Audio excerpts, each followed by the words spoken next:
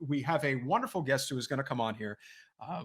Gentleman who happened to have been part of the brand new Congress summit in DC when Jen was brought in as a candidate and had the opportunity to learn some very interesting things. I did. And you know what, even at the time, and I even think I remember saying this at the time, I'm going to just own this, that when I hear this stuff, I start to hear the teacher from Charlie Brown. I do.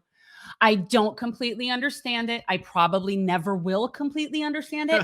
And I'm okay with that. See, that's okay. I don't have to completely understand it. I don't completely understand a lot of things. So, but with that being said, I'm going to do my best to really try to understand it this time. And so this is Fadhel. Hi. Hi, Jen. How are you? Good to see you. How are you?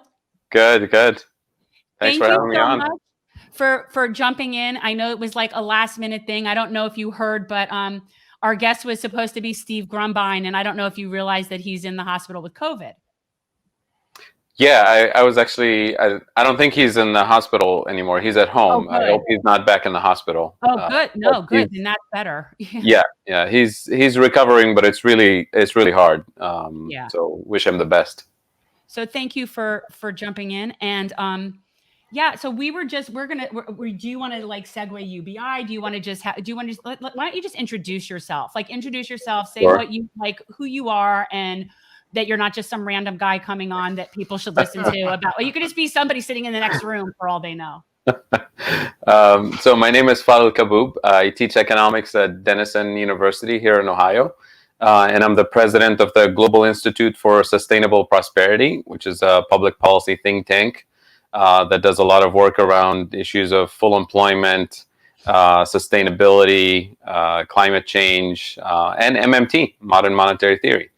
I've been involved in a lot of the kind of economic policy side of the progressive movement over the last few years, primarily answering the question, how do you pay for the progressive policy agenda? All of these wonderful, bold, transformative ideas that we know will be impactful and meaningful in people's lives.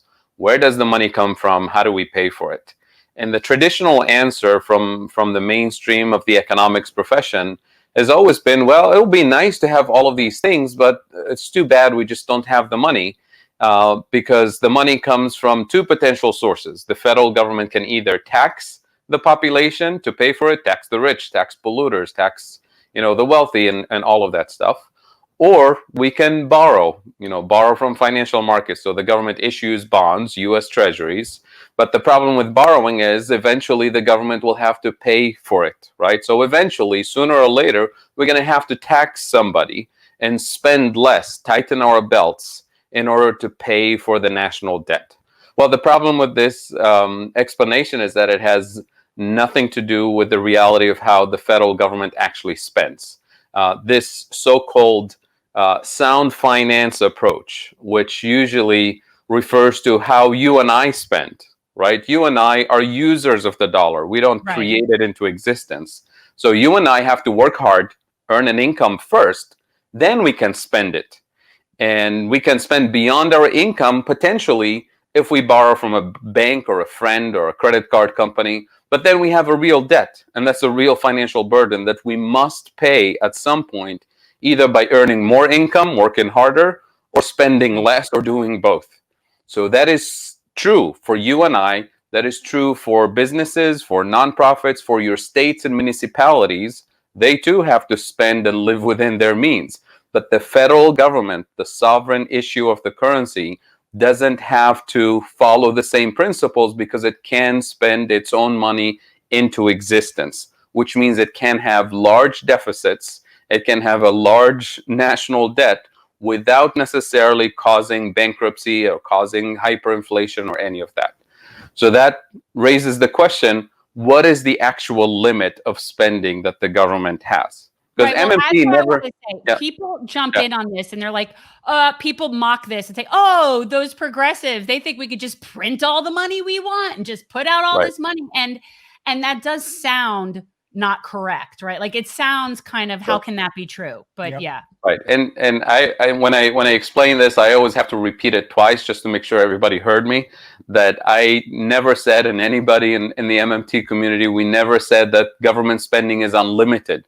that the printing of money is unlimited. There is a real limit, but the limit is not tax revenues, and it's not the borrowing that financial markets will allow the government to have. That is true for states and municipalities, not for the federal government. The real limit to how much the federal government can spend is the risk of inflation, the potential risk of inflation. Right. So now we're talking. So then what determines that risk of inflation? How do we know where that limit is? Well, it has two potential sources. One is we can have inflation if the productive capacity of the economy, the number of skilled people and machines and equipment and real physical resources is limited. Once we exceed that limit, then we get into the inflation pressure point. The good news about that is that productive capacity is producible. We can train more doctors and nurses and engineers and teachers. We can build more hospitals and ventilators. And the good news is that it produces millions of jobs. But it does require strategic planning. We can't just walk into it and hope for the best, right? We have to plan. We have an industrial policy. We have to have healthcare policy, educational policy. This is where you can actually expand the productive capacity strategically without bumping into that inflation limit. So that's sort of the easier part of the strategy. The next part, the source of inflation that really matters, that many of us in the progressive movement and many people have campaigned for on this front, and this is very important for us, is the risk of inflation that is derived from having too much market power, abusive pricing behavior. In other words, you have companies who actually can raise prices, cause inflation, simply because they can. In other words, because lawmakers let them. Think of the health insurance companies, think of Wall Street, big pharma, big oil, big tech. All of these companies have too much corporate power. And the reason they have it is because the lawmakers that we elect to Washington, D.C., who have the responsibility to tax and regulate those companies and to democratize the market, have essentially abdicated that responsibility because their elections depend on super PAC money and campaign contributions from those who control the market. So now we have a problem, not just in the economy, not just in terms of inflation. This is a problem for democracy. So how do we tame that risk of inflation? We can't tame it by saying, oh, we shouldn't spend because we'll go bankrupt. The only way to tame that risk of inflation is by taxing and regulating their market power out of existence. And that takes 535 people who are willing to do it in DC. Right. And so now if you do that, I'll finish here, you actually push that potential risk of inflation further and further away, and you stop the suffocation of the economy, which is what we have right now. So that's how we pay for all of these progressive programs. And it's not, I'll close with this one, because a lot of people say, well, we told you so. We need to tax them so we can have the money. No. We don't need to tax them. We don't need their money or their permission to have a Green New Deal. But we should tax the hell out of them, right? Not because we need their money or their permission, because we want to decarbonize the economy, tax oil companies and fossil fuel companies. We want to stabilize the system, the financial system. We should tax speculation out of existence. We should tax the ultra-rich oligarchs, not because we need their permission, but because we want to protect democracy from oligarchy. We want to reduce their power and influence in politics. So that's what it means when we say take money out of politics. It's not because we need their money. It's because we need them to get out of the system so we can have a true democracy where we have a government of the people, by the people, for the people, not a government of the super PACs, for the super PACs, by the super PACs. So really, MMT works hand in hand with significant government regulation of corporate influence. I mean, that has to happen at the same time. Absolutely. As a matter of fact, this has to happen before we even start the spending. So my worst nightmare is to have, somebody hijack the label of the Green New Deal and the progressive agenda and do all the spending without doing any of the taxing and regulation, and then have inflation actually kick in, and then say, oh, we told you this big expensive program is going to cause inflation, so now we can't afford it, let's cut spending, right? So we have to actually start with a very clear vision from the beginning, saying, guess what, we have two important things to do. They're not linked, they're decoupled. Remember AOC when she says we're going to decouple spending from taxes? Everybody's heads in DC exploded. What do you mean by decoupling the two? We thought that one pays for the other. Well, once you decouple it, you really have a truly progressive agenda going here. So we're going to spend on the national priorities. And the priorities have, in my mind, 3 layers. One is universal public services, health, education, transportation, broadband, all of these things. And that's going to create millions of jobs. And these are jobs, not minimum wage jobs, pay scale, salaries, benefits, you name it. So that's kind of the foundation. The next layer is for people who actually want to work, a job guarantee at a living wage for individuals who can't find work in the private sector. And then the third layer is a generous income support system, call it basic income or whatever, social security system, where people who can't work for a variety of reasons will be able to have access to universal public services that everybody has, plus a generous income support to live with dignity. So those are the 3 layers of public policy that a country like the US can afford.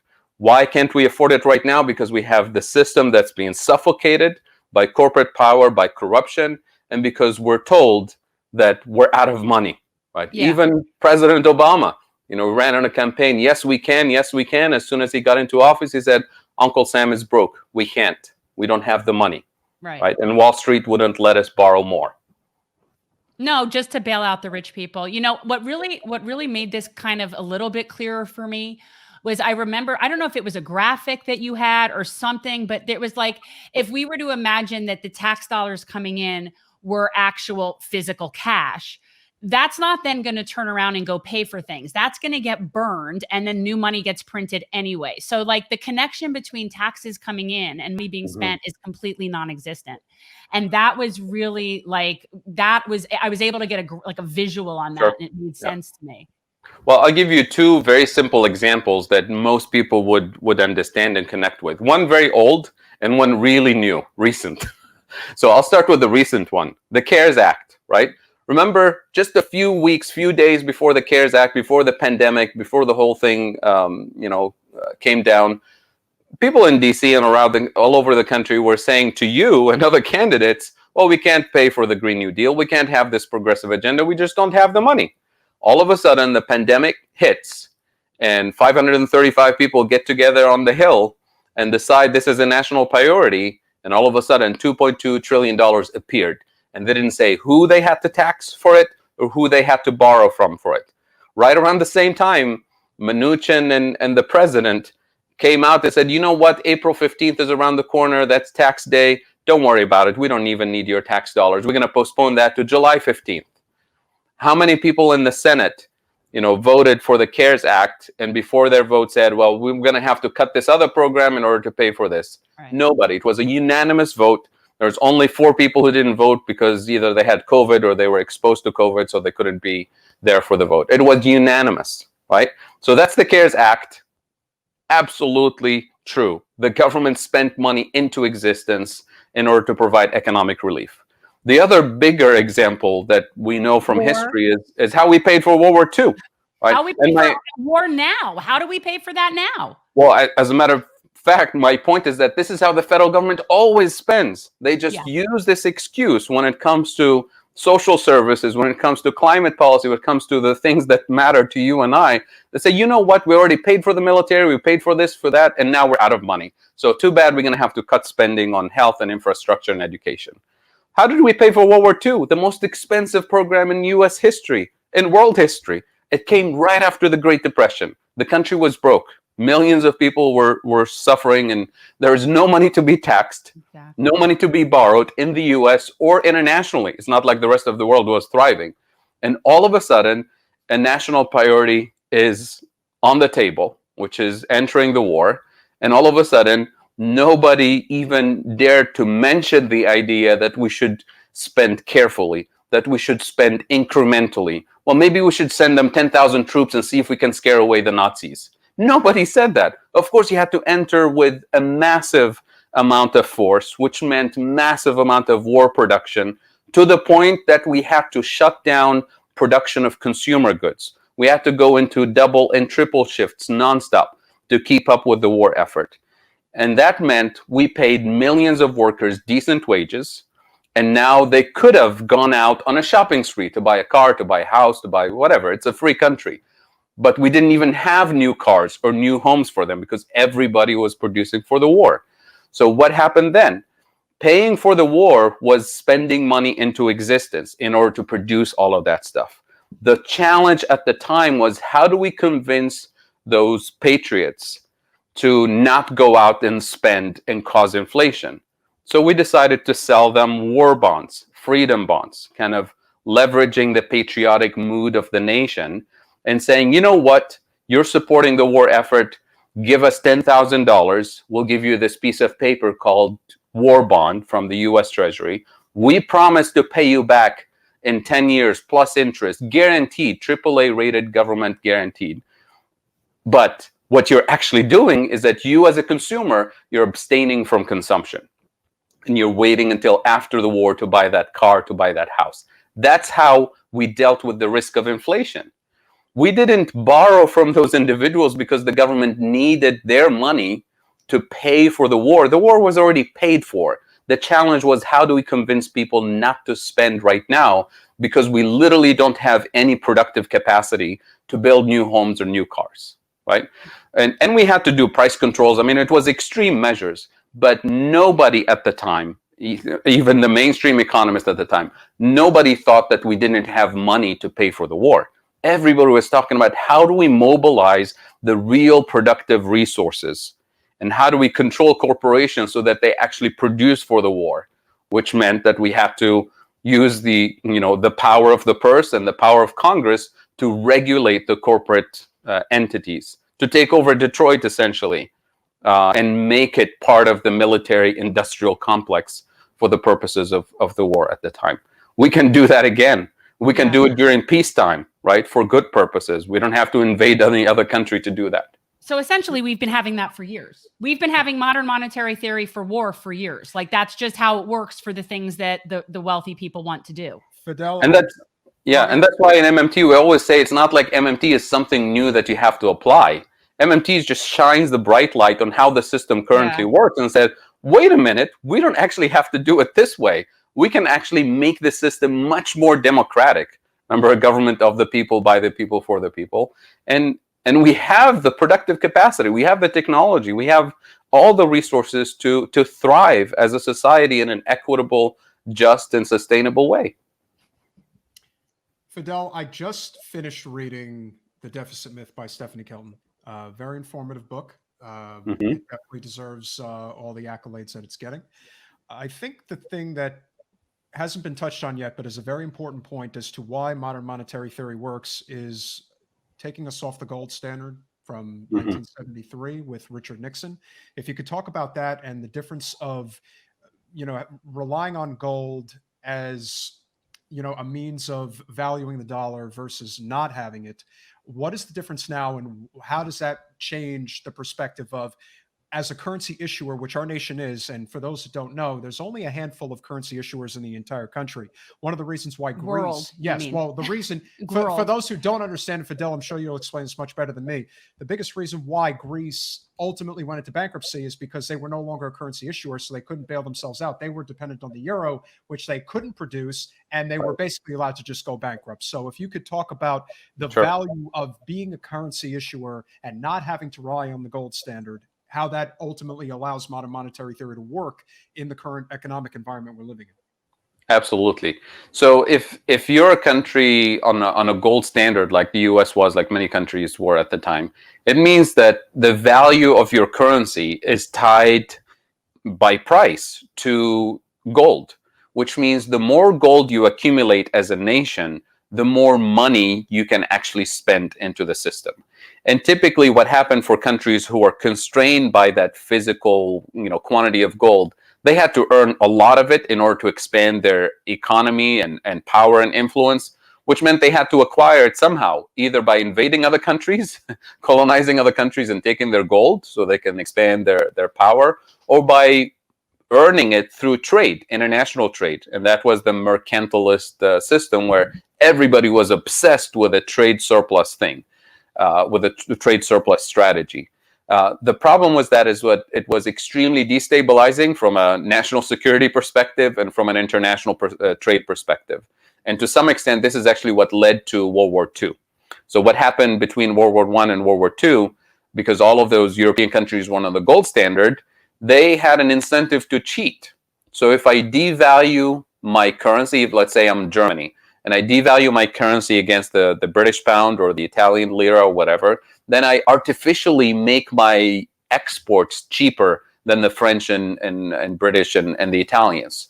So then I start exporting more into their economy, and I get gold in return, and I can accumulate more economic and military power. And they lose, their economy loses jobs and so on. So of course, to retaliate, the British will do the same, and the Italians will do the same. They'll artificially inflate their economy, devalue their currency, and try to make their economies become bigger exporters. So this competitive devaluation, that we call it currency wars, trade wars, eventually translates into actual wars. And it's very destabilizing because as a business, if you're trying to export or import commodities or goods or agriculture or whatever, you want to know what's going to be the price of the thing that you're producing in 3 weeks and 6 weeks and 6 months when you deliver it. Otherwise, you can't price your things, and you lose a lot of money in that thing. It's very destructive, right? So most countries, when they decide to go into a big spending program, when they decide to go into a war, they can't keep their currency tied to gold, because if they ran out of gold, they ran out of money and they ran out of economic activity.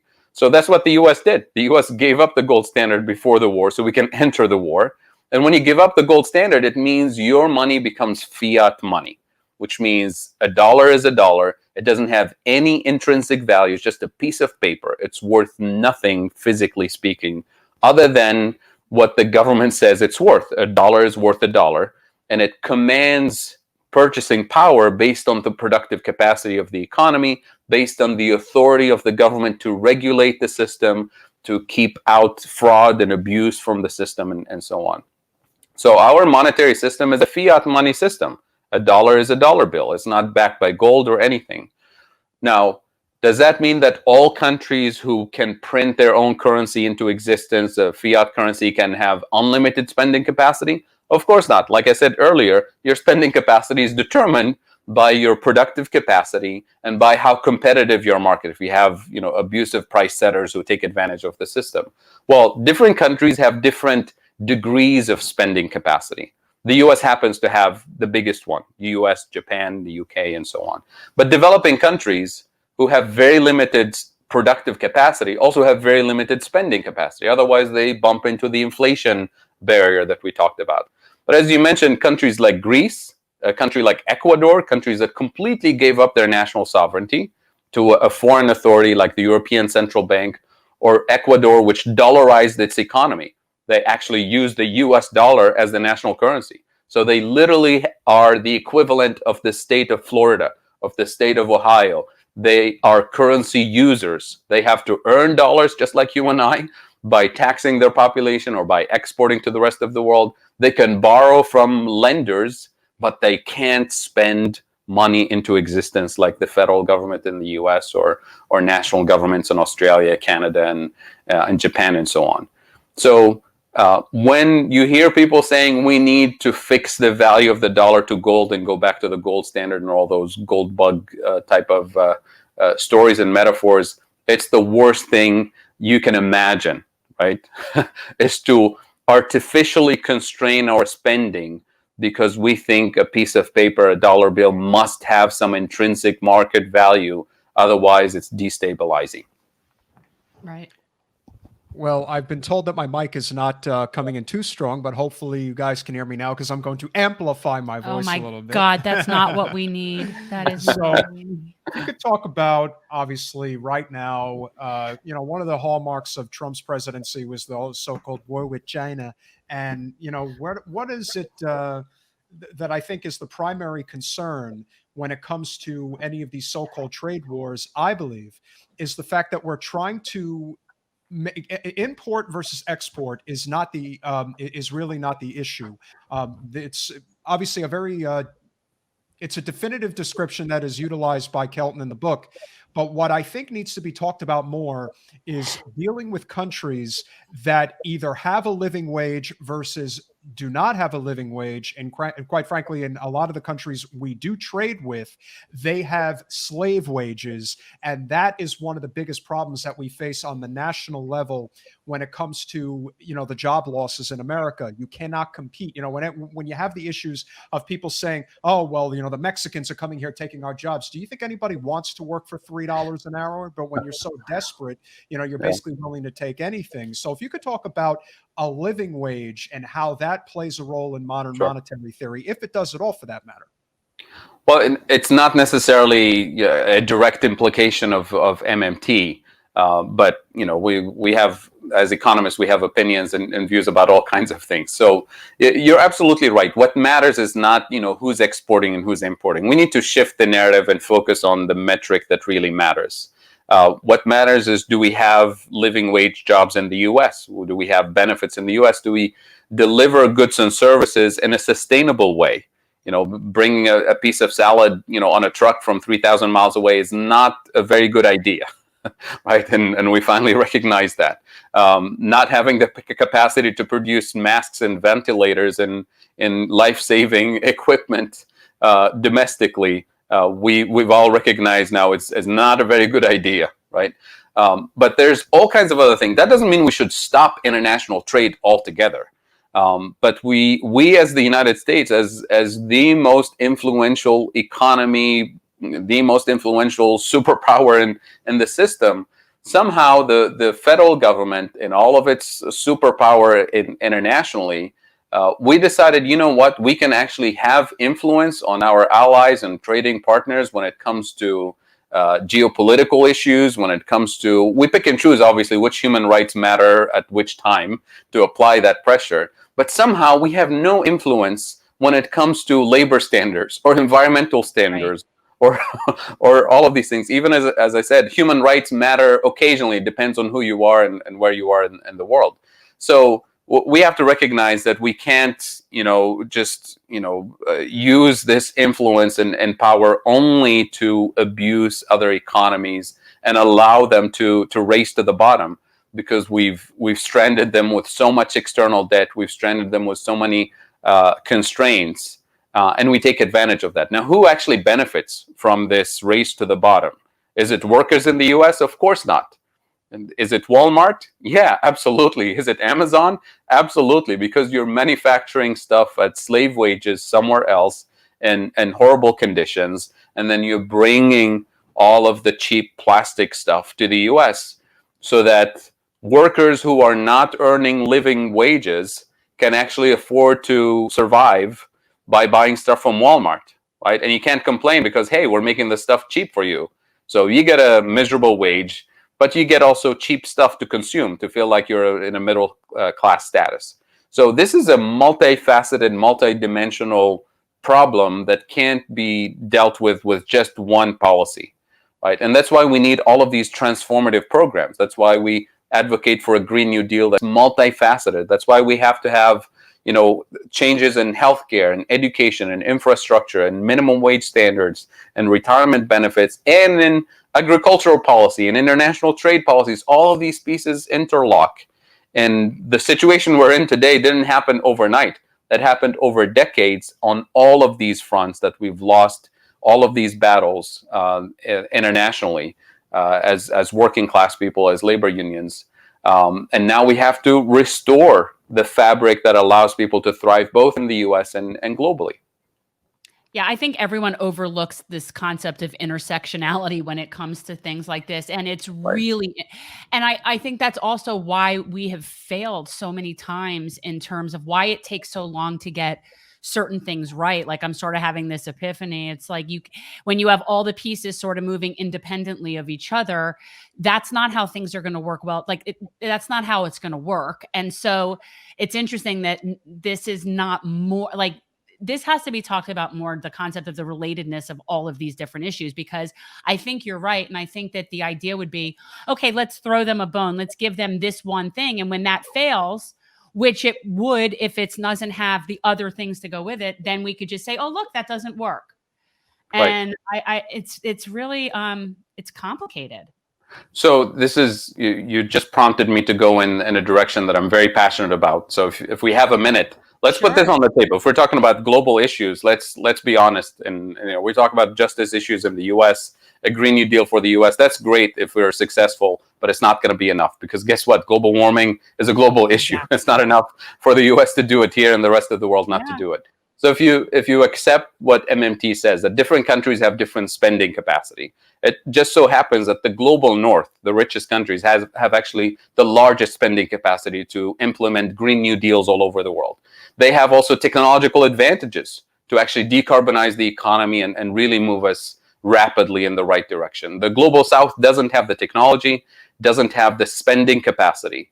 On top of this, there's a very simple fact that we must address if we're going to do this globally. If you take the world and divide it into global north and global south, rich and poor countries, Right. and you net out all the transactions, financial transactions, exports, imports, foreign trade, charity, interest payments, debt cancellation, you name it, all the transactions annually, we find that the most recent numbers we have, $2 trillion moved from the global south, the poorest countries, to the global north. We're actually extracting $2 trillion a year from the poorest countries. And that number is not new. It's been always money moving from the poorest to the richest countries for the last at least 20 years. And the number is growing. So when we have this conversation in a few years, it's going to be $10 trillion a year or whatever. So that is unsustainable politically, economically, ecologically, ethically. The system will break when it comes to this issue. So we need to reverse that somehow, right? So I've been thinking about how do we reverse that and make a legal case for it, a moral, ethical, economic case for it. We can't just say, well, you know what, this is not good. Let's just reverse the flow. The system is set up, is designed to have the money and wealth extracted from the poorest countries. So look at climate change, for example. Who is the most responsible for CO2 emissions since the Industrial Revolution? It's the global north. Primarily the military-industrial complex, but yeah, well, that's part of it too. But yeah. it's the global north in general. Yeah, we're Even making if you that look right at even if you look at China and India in recent years, because they're also major contributors in the last couple of decades. If you look at why they're major contributors, because they're producing for the global north, right? So the actual carbon footprint is the responsibility of the global north. Right. So we can talk about climate debt, and as a result, we can talk about climate reparations as direct transfer of monetary resources and technological resources to global south in order to reverse that flow and accelerate the transition globally. The second piece of the puzzle for reversing that flow is colonial reparations, the neo-colonial reparations, the extraction of wealth from the developing world. Same thing, it's the global north that's responsible for it. So we can lay out a global framework that says, you know what, we're all in this together. We're not going to save the planet by just having a handful of countries try to fight climate change. It's going to be everybody, and we have to do it really rapidly, as in World War II type mobilization times 10. And we have to do it not just as the global north, we're in charge and we're going to do charity to the global south. This is an issue of justice. That's why I insist on calling it reparations, because we're not going to move forward without true reconciliation, not just reconciliation verbally, but true reconciliation in terms of repairing the broken system and repairing the damage to indigenous communities in the global south, to indigenous communities in this country, to people who suffered from slavery for generations and structural racism. So every country has to deal with its own history internally, and the global north as a whole has to deal with its collective history with the global south. And it's not history from hundreds of years ago. Yeah, no. It is still happening to this day. Right. No, that's great. The idea of climate reparations in terms of what we've done. And I definitely look at it as we just keep extracting everything from the poor countries, getting them to work for lower wages, and then helping our economy in the process. And I think that, how can we even talk about reparations so long as we're still doing it? Like, we need to stop doing that, obviously. And I think that awareness is key. Do you want to do this question? Yeah, Fadhel, we do have a question from Kenneth Goodson who says, if they don't need my taxes to generate money, then why is the new administration planning on raising my taxes? Not trying to be rude, obviously just curious about the role? Very good question. I'm glad that Kenneth is watching and is asking this very important question. Well, Kenneth, you know what? Now that you heard this conversation, and now that maybe you'll be picking up Stephanie Kelton's book to read, the Deficit Myth, now you can call their bluff. Now you know that they don't actually have to raise your taxes to pay for it, right? And this is really this pay-as-you-go system that Nancy Pelosi and others have established within the Democratic Party, kind of tying their own hand, is the most dangerous thing that we're facing right now. Even though this year they decided, you know what, we're going to tame this rule a little bit for climate purposes, for pandemic purposes, but it's still going to apply for everything else that the government does. That is, pay as you go essentially says we're not going to increase spending on anything unless we can generate tax revenues to pay for it, or unless we can cut some other program, right? So call their bluff, meaning MMT very clearly says that the government doesn't actually need to tax X to pay for Y. We decouple the taxing from spending. It doesn't mean we shouldn't tax. We should tax the rich. We should tax polluters. We should tax Wall Street, but not because we need their money or their permission, but because we want to decarbonize and democratize the economy and protect the democratic system from oligarchy, which means they don't actually have to tax working class people, middle class people in order to pay for services, right? That's the ruse that they use to keep us down, to keep us constrained, and to keep the oligarchs in charge of the system. So yes, tax, but not because we need that money to pay for a particular program. We're going to have deficits, right? MMT is saying deficits are important, but deficits are not unlimited, right? We have that inflation risk constraint.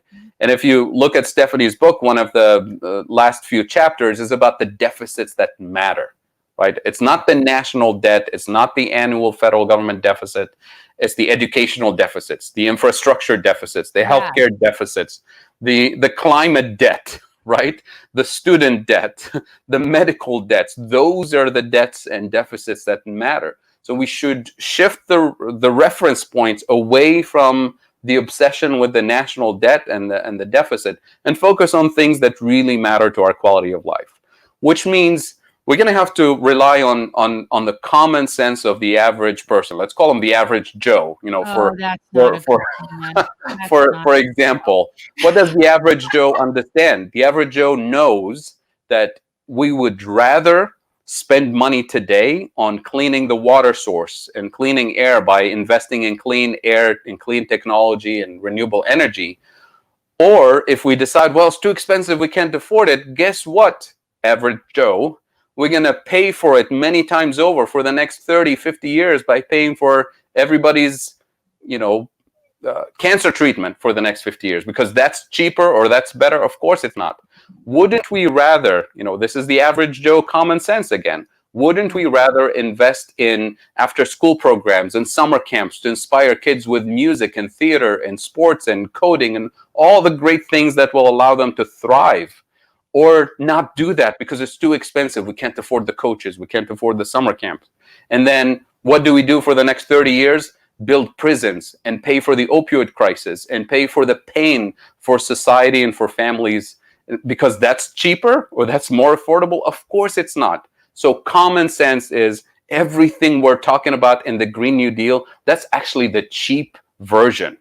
And the cheap version, compared to all of these hidden costs over the next 30, 50 years, the cheap version happens to be the version that gives us millions of good paying jobs, that gives us better quality of life, cleaner air, cleaner everything. Plus, we deal with the roots of the problem instead of paying for it and getting no jobs and getting no quality of life and dealing with the emotional and economic pain that many families suffer from. So that's common sense to me. So if we shift the narrative and focus on the things that matter and the average person knows matter, then this thing we call the national debt and the deficit become secondary issues that we know how to manage. We managed them during World War II. We managed them for the last 10 years. We have the tools to manage these things we call the national debt and the deficit, and we can make them irrelevant permanently if we focus on the things that matter.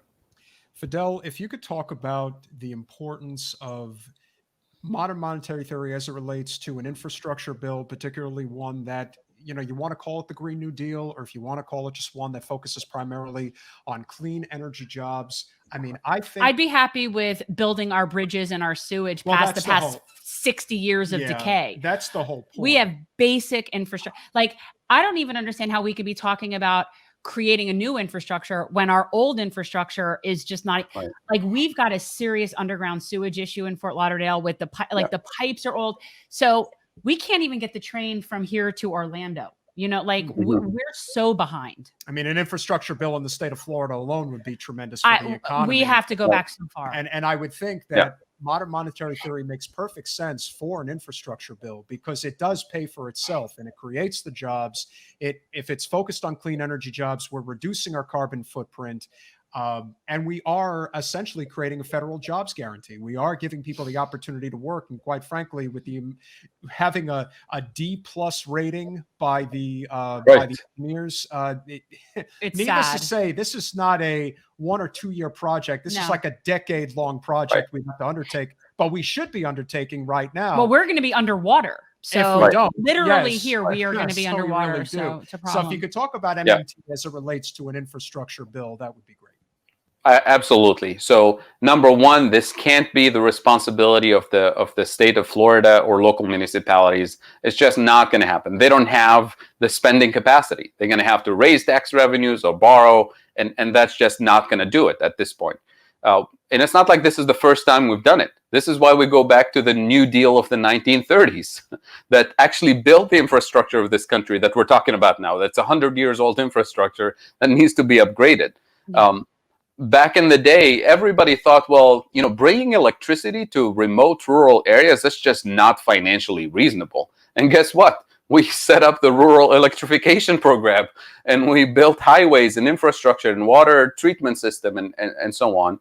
And all of those assets are still available and in use today. There's a great website called the livingnewdeal.org or .com website that has actual physical pictures and addresses of things in your own community that were built by the New Deal administration, by WPA workers, your local post office, probably your local water and sewer system, your local state parks and national parks. All of these things are massively productive and have paid for themselves many times over in terms of the tourism they bring and the quality of life and economic activity they bring. We just, lost that tradition and gave up on that tradition because we were told we can't afford it and that's too expensive. We should let the private sector do it. And Jen, on your point that Florida will be underwater, the good news in this, it's not about being underwater, is that the financial industry is finally not just aware of it, but they're actually pushing the panic button behind closed doors right now. I don't know if you've seen this leaked report from JP Morgan about a year ago that actually said, this climate risk about that the IPCC talking about, the IPCC report that says we need to decarbonize rapidly, they said those guys are actually very optimistic. It's much, much worse than that. Why? Because the financial industry, they're in the business of investing in properties, lending money, mortgages, insurance, and so on. So if you get a mortgage today, somewhere in Florida, on the coast, for example, your 30-year mortgage will be what today is 2021. Your last payment will be due in 2051 or 52 or whatever, right? So what the Union of Concerned Scientists have done a couple of years ago, they did a study on climate change and coastal properties in the U.S. And they picked the year 2045 as the target date, just to see what happens within the lifetime of a mortgage that you would sign today. Right. They found that we have $1 trillion worth of properties that will be flooded permanently and that will become stranded assets. A stranded asset, its value goes from hundreds of millions of dollars to zero because it's underwater, because it's useless. So now if you're getting a mortgage and 2045 is within the lifetime of that mortgage, then you're on the hook for that. If you're a lender, if you're a borrower, if you're an insurance company, if you're a developer. So now they know this is not some futuristic event. This is actually happening right now.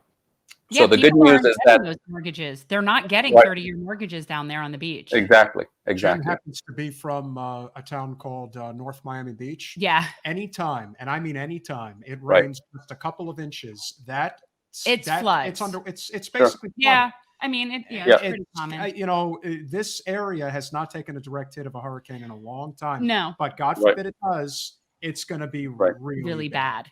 really bad. So the good news about this is that the financial industry is going to push the government to build infrastructure for mitigation purposes, at least to protect their Of their interests. We're not property. saying they're gonna go Yeah. all the way for a Green New Deal, but they're applying pressure. And the fact that Jerome Powell, Jay Powell, the head of the Federal Reserve Bank, came out about 2 months ago for the first time and made an official statement about climate change and that we need to do something about it. And then 2 weeks later came out and announced that the Fed, for the first time, is going to join a global network of central banks and financial regulators and insurance regulators, who mostly in Europe.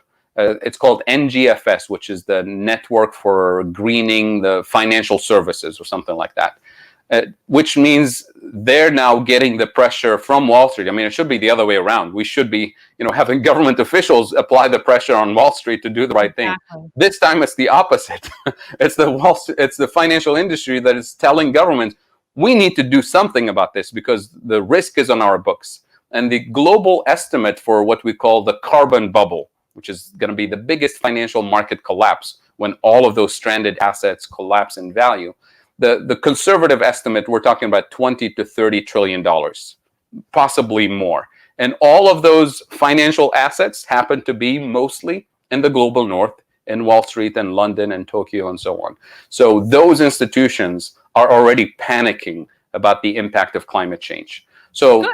you may have noticed, if you followed, and I'm sure you did, you followed the Biden campaign, how they started Green New Deal and all of that. And then by the time he got the nomination, it appeared like all of a sudden the Sunrise Movement is having a voice. All of a sudden the Bernie, views on climate change are becoming more and more prominent. I guarantee you it wasn't Bernie or Sunrise. I mean, I love both of them, and I think they helped quite a bit. But I think it was the Wall Street guys, because what did Biden say over and over and over again? My climate policy was reviewed by Wall Street bankers and Wall Street economists, and they said it's going to. He kept citing them. He didn't cite Sunrise or Bernie because they are the ones who are applying the pressure. So what do they want? They just want an infrastructure to build resilience to protect their interests. They don't want the whole Green New Deal thing, which brings you the full package. So we have to dissect all of these things that are about to happen. Yes, by all means, we need a big infrastructure program for Florida and for the rest of the country, and we're all pushing for it. I'm part of a network of organizations here in Appalachia called Reimagining Appalachia in Ohio, Pennsylvania, West Virginia, and Kentucky. And we have a Green New Deal-ish blueprint for broadband infrastructure, for green jobs, for manufacturing, for reviving the CCC from the 1930s, for conservation and regenerative agriculture and so on. And you can think of it as a pilot Green New Deal for the region that should be scaled to the rest of the country. So we have a limited window of opportunity in the next few months to really apply pressure and do this big push. Because so far, and I insist on saying so far, not yet, right? So far, the Biden administration, and he made it very clear the last few days, that he's not going to be concerned about the deficit. You know why? Because his economists and economic advisors have been telling him we shouldn't be concerned about the deficit. There's an emergency on climate, on infrastructure, and all of these things. And their justification, and this is the part that I have a problem with, their justification is not what we talked about in the MMT and all of that. Their justification is interest rates are really low now. So if we don't take advantage and borrow and spend right now, it's going to be too expensive in the future and we're not going to afford it, right? So those same economists, at some point when they see the deficit and the national debt number rise in the next year or two with the big infrastructure spending, they're going to start panicking. They're going to think inflation is right around the corner. We're going to go bankrupt. Wall Street is going to, panic. And then they're going to apply pressure on Biden to say, now we need to worry about the deficit.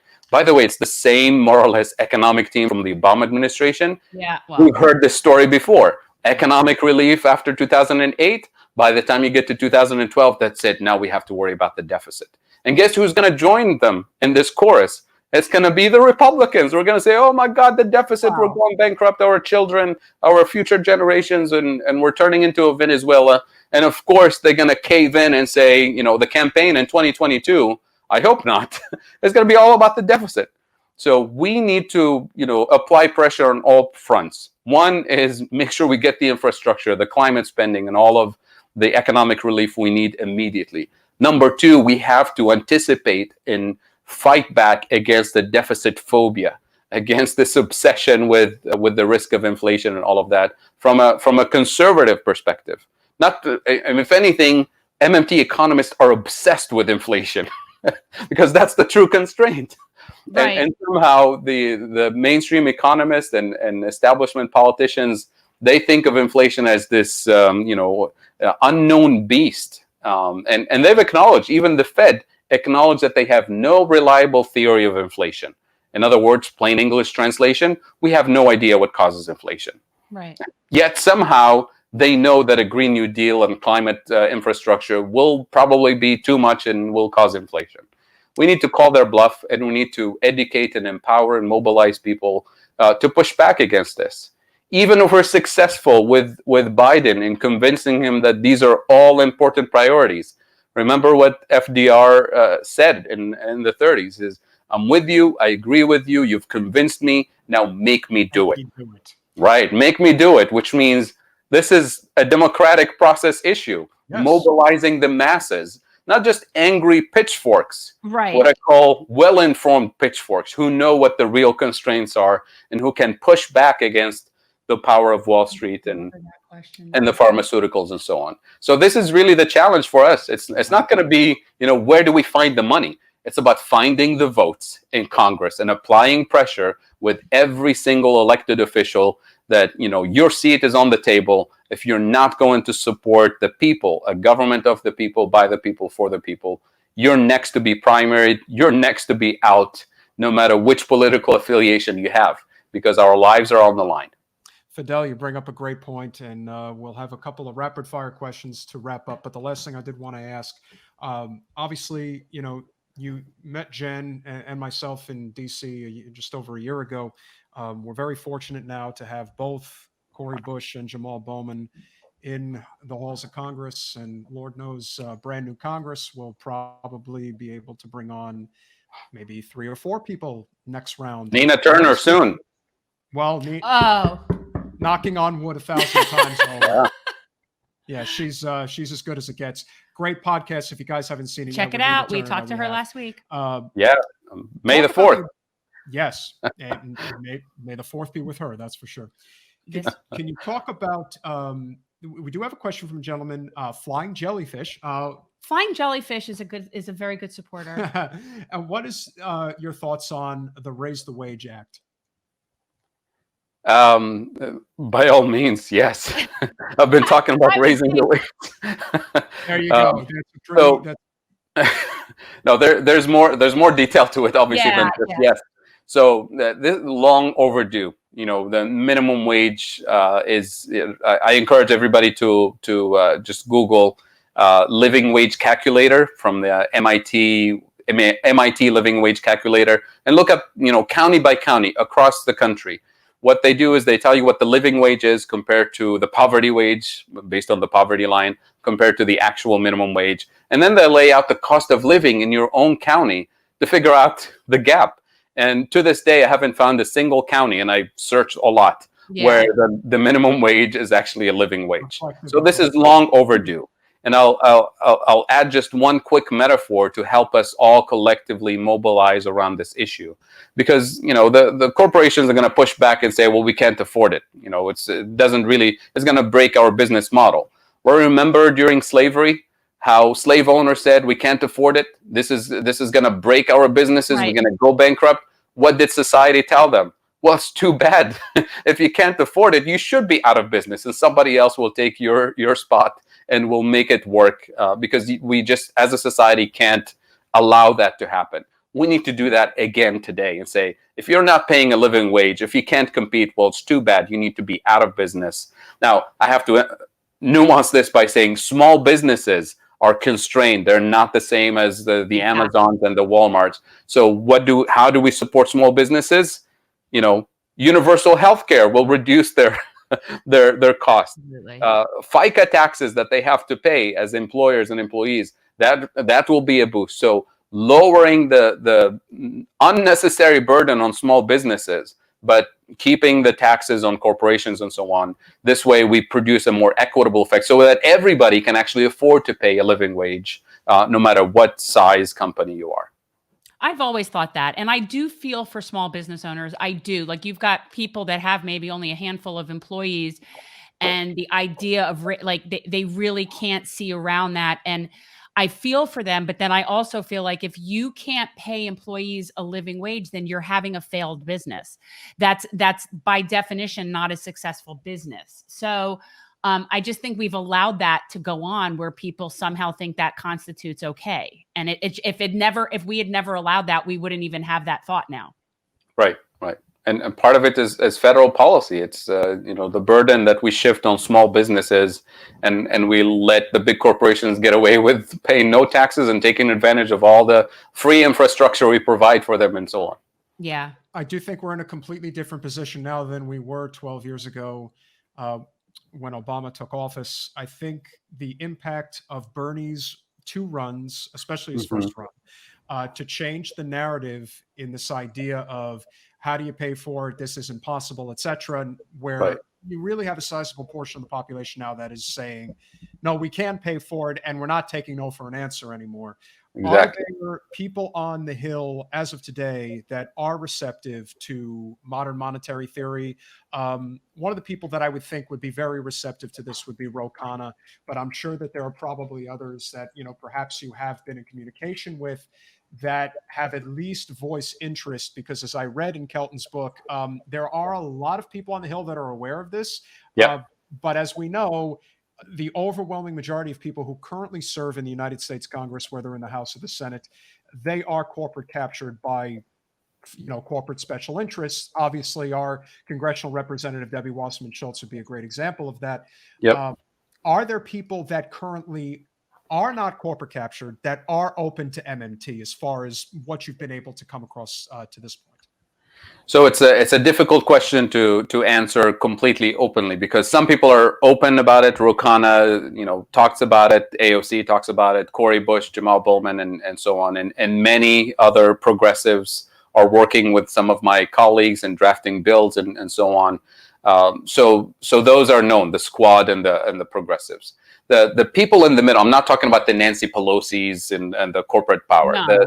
The Congress people in the middle, the people that most people don't know, right? They're kind of followers in the middle.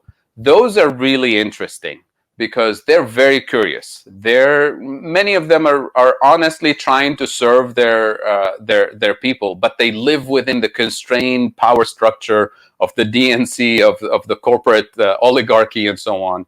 So they're curious behind closed doors. You spend an hour with them on the phone or on a call or in person, they get it at the end of the day.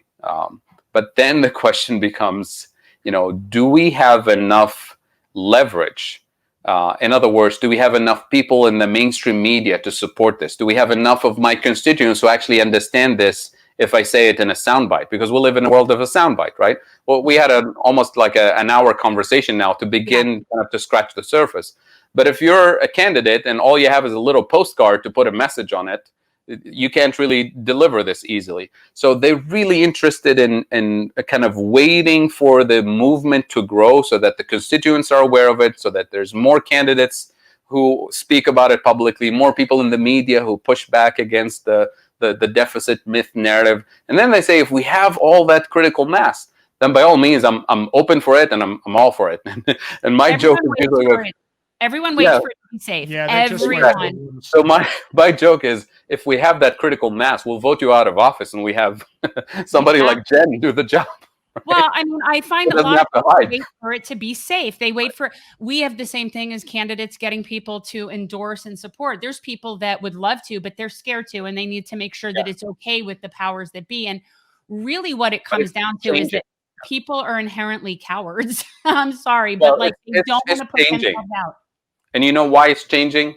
Especially this last election Yeah. cycle with so many brand new Congress candidates and progressive candidates. We counted close to 200 candidates across the country who were running on a bold progressive agenda Yeah. with MMT-informed answers to the question of how do you pay for it.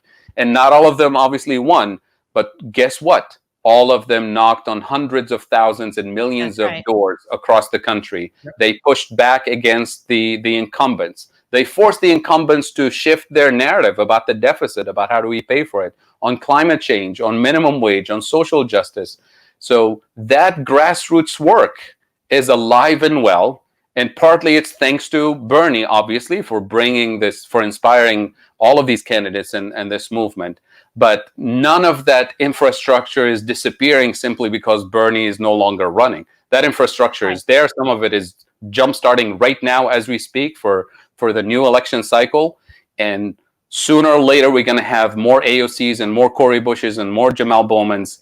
And those congressmen and women in the middle who are okay with MMT behind closed doors and are hesitant, they're waiting for the critical mass to happen.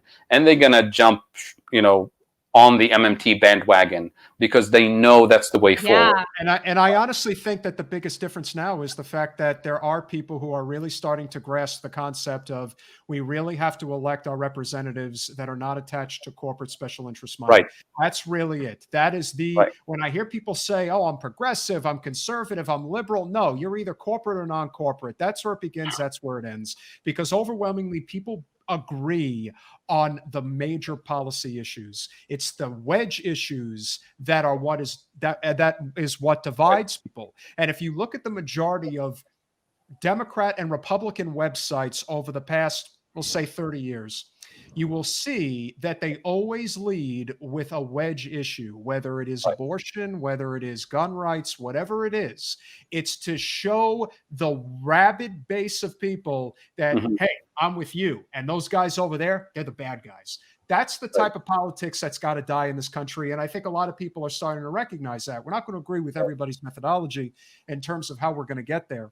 But I do think this unifying issue of the economy and how it will work for everybody, whether it is through MMT, whether it is through UBI, whether it's through a combination of both, and then other things spliced in between.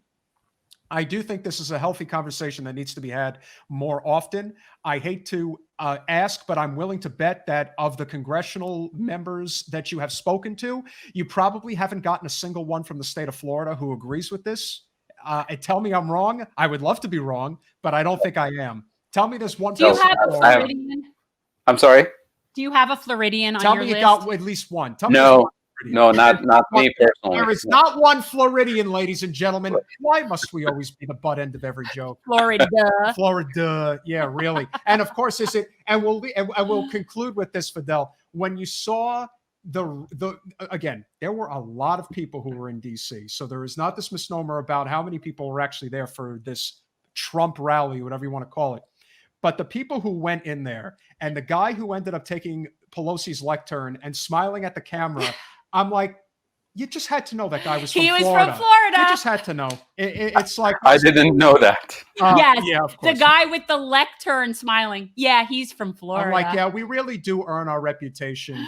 But I got to tell you, and let's conclude with this. I really think a state, even a state like Ohio is very interesting because I think it is a perfect representation of the whole country in many respects. I hope not. We have Jim Jordan. No, you do have Jim Jordan, but thankfully he's only in Congress. He's not a senator. That could obviously, God forbid, ever change.